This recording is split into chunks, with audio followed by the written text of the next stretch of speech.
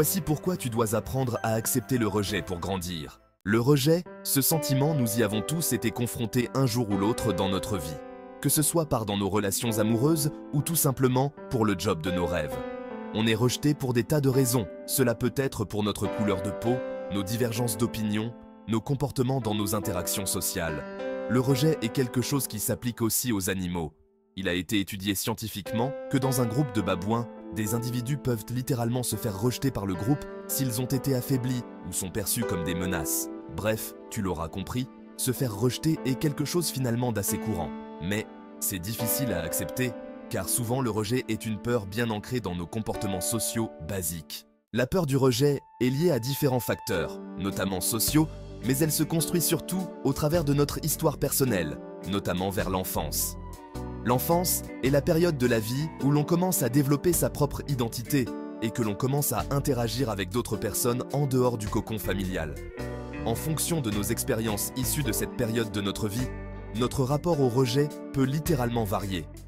Plusieurs études comparatives sur la confiance en soi, l'adaptabilité et la gestion du rejet ont démontré que les personnes ayant été admises socialement par leurs camarades plus jeunes ont moins de difficultés face au rejet que les adultes ayant subi un harcèlement scolaire durant leur enfance. Nous avons tous besoin de se faire accepter, c'est totalement normal. Cela montre notre besoin de sociabiliser.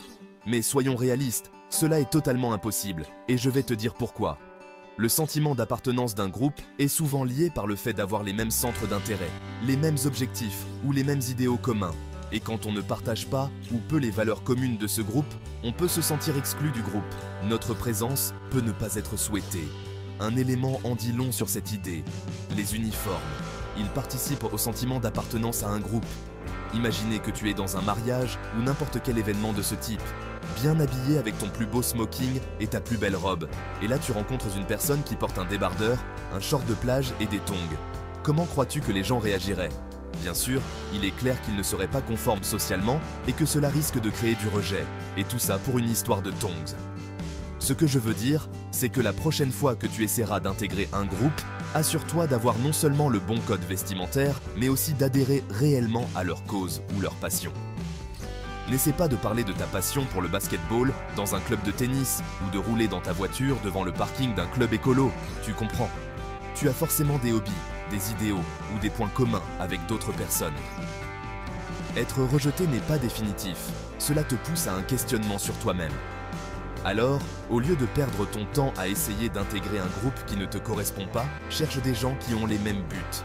Ils t'apprécieront pour qui tu es vraiment. Voilà, j'espère que la vidéo vous a plu. Si vous voulez connaître la sortie de mes prochaines vidéos, pensez à activer la cloche.